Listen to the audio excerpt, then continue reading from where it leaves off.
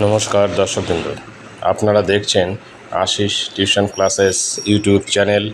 সব খবর সবার আগে। চ্যানেলটি ভালো লাগলে অবশ্যই। নমস্কার।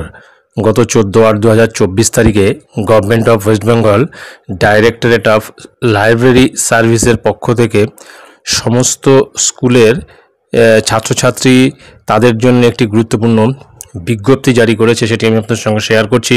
স্ক্রিনে দেখতে পাচ্ছেন সেই বিজ্ঞপ্তি মেমো নম্বর 669 ডেটেড 14/8/2024। এখানে যেটা বলা হয়েছে আমরা দেখে নিই। This is hereby informed that a state level essay competition in Bengali language for the students of schools and readers of public libraries is going to be held for celebration of forthcoming public library day 2024 as follows।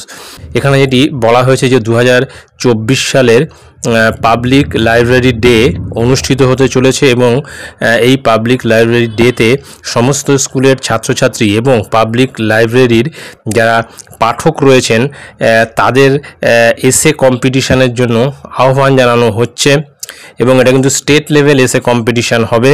এবং এখানে দুটো group করে দিয়েছে, একটা হচ্ছে 8 থেকে 12 বছর বয়স, টপিক হচ্ছে আমার পছন্দের গ্রন্থাগার, ওয়ার্ড লিমিট 1000।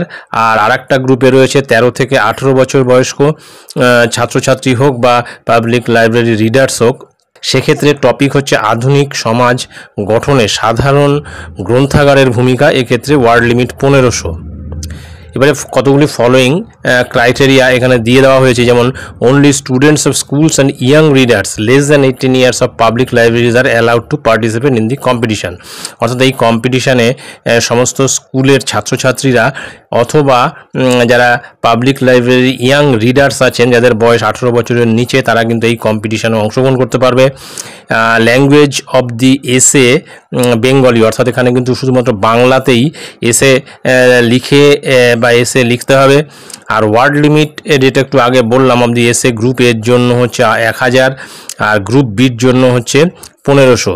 তারপরে রয়েছে participants May submit their essay to the end of district library officers of the respective district in sealed envelope or by email. এখানে ইমেল আইডিটা দিয়ে দেওয়া হয়েছে ইন পিডিএফ ফর্ম বাই 24/8/2024। অর্থাৎ যারা পার্টিসিপেট করবে তারা তাদের লেখাটা জেলা লাইব্রেরি অফিসার যারা রয়েছেন তাদের কাছে সিলড এনভেলপে সেটা পাঠাতে পারে, অথবা এই ইমেল অ্যাড্রেসে পিডিএফ ফাইল করে সেটাও কিন্তু তারা ইমেলের মাধ্যমে পাঠাতে পারবে।